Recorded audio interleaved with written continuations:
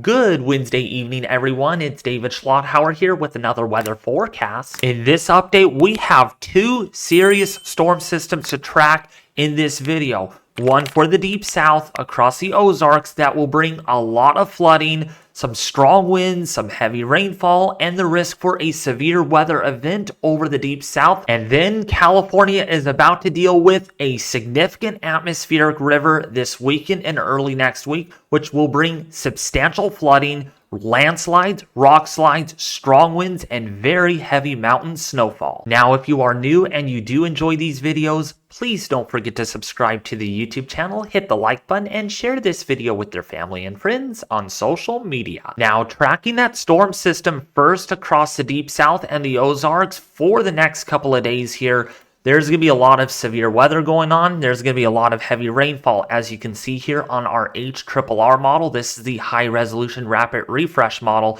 And as you can see here, it is painting a pretty ugly picture of heavy rainfall and some breezy winds. We have some showers and thunderstorms down here across the Dallas-Fort Worth area where there is a marginal risk of severe weather. Now, going overnight tonight into Thursday morning, the rainfall intensity is going to increase dramatically, especially over Dallas, Texas, and across northern half of Arkansas, central and southeastern Oklahoma. We are talking about some really intense rainfall rates and the risk still, again, for severe weather. Some of those storms will be capable of producing tornadoes, damaging wind gusts, and some small hail, actually larger hail, since there is a 2% or a 5% risk for large hail out of this system. And this continues all the way through Thursday into Friday, and you can see this line right here across Louisiana into portions of Mississippi and Arkansas. This is going to be that line that will be the best chances of tornadoes, damaging winds, and also some hail. Okay, so keep that in mind. This is a dangerous event that is unfolding down here across the deep south. And then that system falls apart a little bit, at least from a severe weather perspective, but still looking at some decent rainfall up here across Illinois, northern Missouri, and portions of Kansas. Now, because of how dynamic this storm system is going to be, there is a slight risk of severe weather across Louisiana, southwestern Mississippi, into southeastern Texas. Okay, this whole yellow area is under a slight risk of severe weather. And it's not just a slight risk. This is a pretty significant slight risk driven by a 5% risk for tornadoes down here in the brown areas. Surrounding that near the Dallas-Fort Worth, Texas, you're under a 2% risk for tornadoes.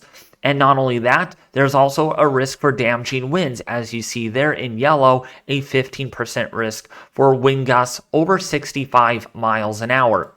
And then, of course, there's a hail risk with hailstones up to about 1 inch in diameter that would cover eastern Texas into Louisiana, southwestern Mississippi, and southern Arkansas. So all in all, this is a 0.3 or a 3-pointer severe weather event with all risks involved. Now, while the storm will produce a lot of severe weather across the deep south and portions of the Ozarks, there is going to be a ton of rain and moisture associated with this system. In fact, so much so that central Arkansas is in the crosshairs, is in ground zero epicenter for seeing the most rainfall. And you can see this small area that I've circled in black here could see anywhere between 4 to 6 inches of rainfall. That's enough to bring the threat for serious flooding, given that there may be a little bit of snow left on the ground, just a little bit, and the enhanced melt off is going to lead to a lot of problems. And any rivers, creeks that were frozen because of the recent Arctic outbreak,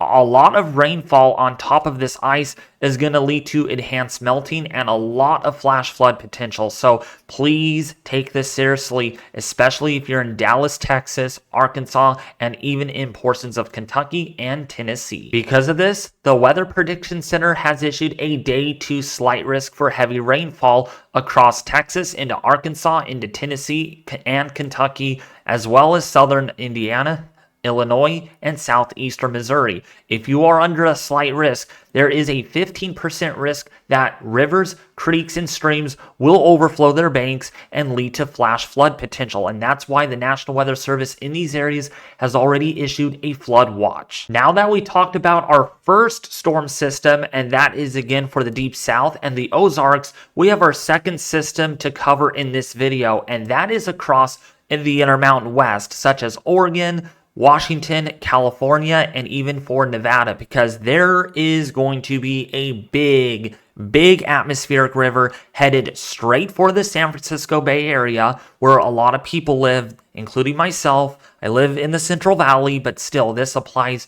to my area. And so, looking at the latest European model here, and this is looking at the precipitable water imagery. How much water does the atmosphere contain if you're able to squeeze it all out orographically or through lift in the atmosphere? And so these yellow and green colors indicate we have PWATs, which again is precipitable water imagery or water vapor, right around an inch to about a couple of inches, which is a decent amount. And look where it's coming from. It's coming down here from Hawaii, from the deep tropics, and this is aiming right towards California. And when that happens, under the perfect circumstance, we run into a lot of problems. So putting this into motion here on the European model, you can see all of that river of moisture hitting squarely towards central and northern California. Even portions of the Pacific Northwest going to get elevated numbers of PWAT values or precipitable water. And then this continues all the way through Saturday. And it's really Saturday afternoon when the PWATs across much of California will really increase. Now, while there is decent PWATs down here in SoCal, there's not going to be a whole lot of jet stream influences or a whole lot of lift to lift that moisture and to condense it into cloud cover to make it rain. Instead, a lot of it is going to be up in here is where we are very concerned about some extreme rainfall totals over the course of about 7 days. And this is going to continue. Look at this river of moisture just sits there, similar to late November, early December, throughout Sunday, Monday, and Tuesday, and it just sits there. Like, this is from the 18Z European model, which is the more conservative forecast as far as a numerical goes. And looking at the extension forecast through the middle of next week, we're looking at still, and then maybe another one after that. So we could be in another storm sequence here of repeated atmospheric rivers, flooding, landslides, debris flows on any of the recent burn scar areas. This is not a good situation for California and for Southern Oregon. Now, what does this look like from the composite reflectivity radar standpoint? And this is a look at that simulated radar forecast from the GFS. And as we can see here, this is the first system that is going to bring us the rain. And while it may look like, oh, it's hitting Oregon and Washington first, well, of course, it's going to hit them first, and then it's going to hit our area by Friday night, or actually probably Friday early afternoon. And so as we go forward, you can see the rain starts approaching the Sacramento area towards the north into Oregon and Washington. And yeah, that is snow in the higher elevations right here in Oregon and Washington, Idaho, getting some good snow, including for Northern California. And again, this is for Friday morning, but it's really going to be Friday afternoon into Friday evening when the rain is going to overspread much of the Bay Area, much of the San Joaquin County, Stanislaus County, Sacramento County, Mendocino, Colusa counties, Yolo County as well, going to get in on the heaviest rainfall. And if you're in the mother lobe of the Sierra, we're talking about some heavy rainfall. Then, of course, up here in Oregon and Washington, the rain continues, but most of the atmospheric river is going to be aimed right here, squarely into California's face. And this continues all the way through Saturday. Look at how heavy this is. This is moderate to heavy rainfall that continues, and it just sits there. Look at this. This is incredible. Now, while the GFS model does show breaks in the rain, I think we'll see brief breaks, but overall, it's going to be steady, heavy rain up here in the foothills of the Sierra before it turns over to high elevation snow, which snow levels will be at around 6,000 to 7,000 feet because we have warmer air. That's what these atmospheric rivers tend to do. They tend to evac warmer air aloft, bring up the snow level. So any snow that is on the ground at 5,000 feet will end up melting away a little bit. And then don't get discouraged because a colder system is slated for the middle of next week. That would be for the 5th and the 6th of February. But still, look at this. Very heavy rainfall through Monday afternoon.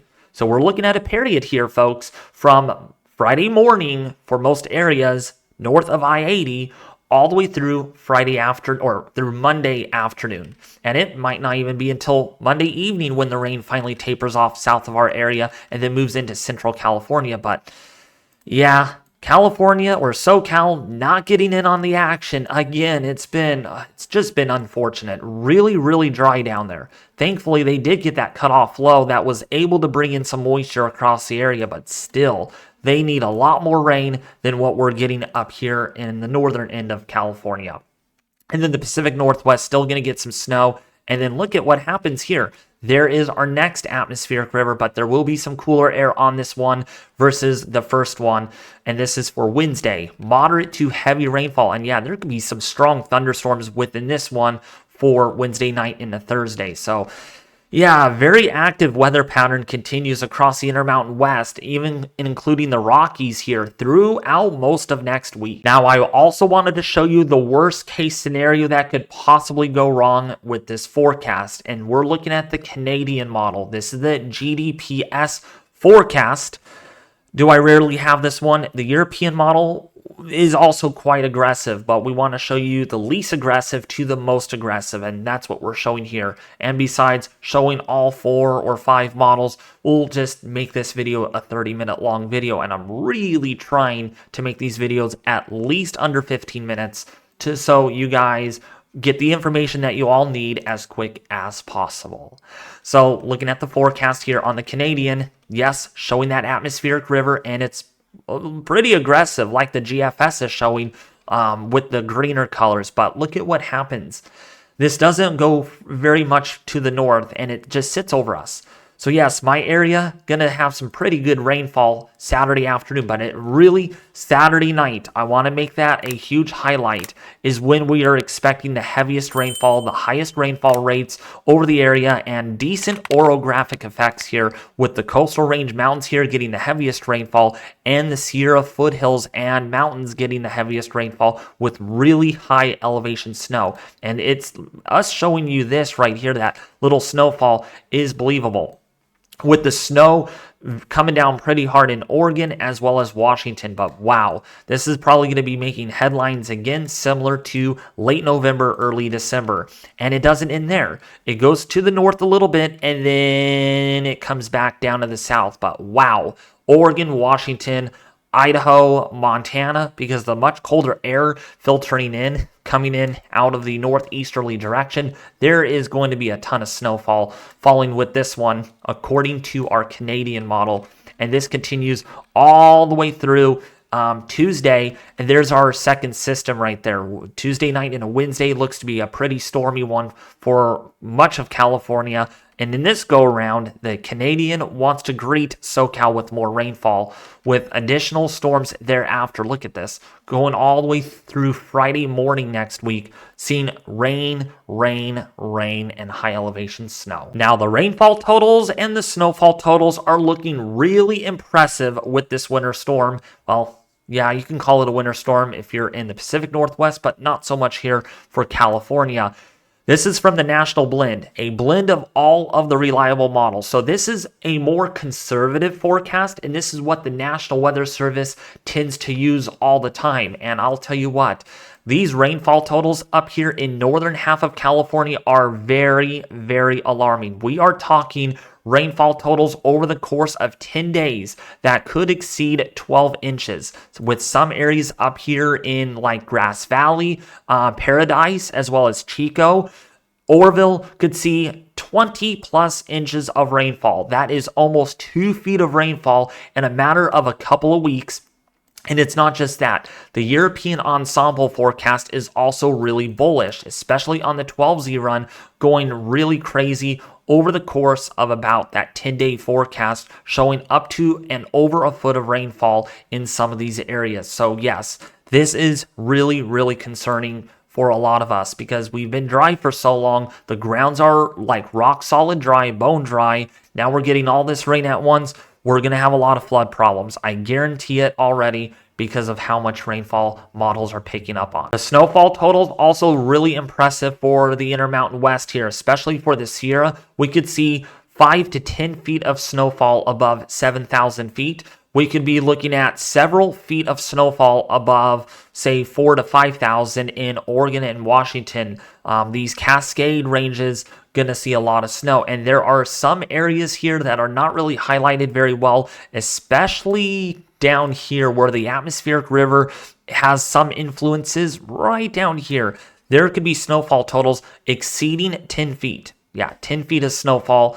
That is going to be a problem. If anyone lives up on these higher elevations, yeah, you could be trapped because of all that snow coming down within a 10-day period. So yeah, lots of snow, lots of rain, colder temperatures, strong winds, you name it. Going to be a big problem across much of the Intermountain West, especially from Central California, Northern Arizona, and northward. Now, if you found this video really helpful, detailed, and informative, please don't forget to subscribe to the YouTube channel, folks. We got this. Come on.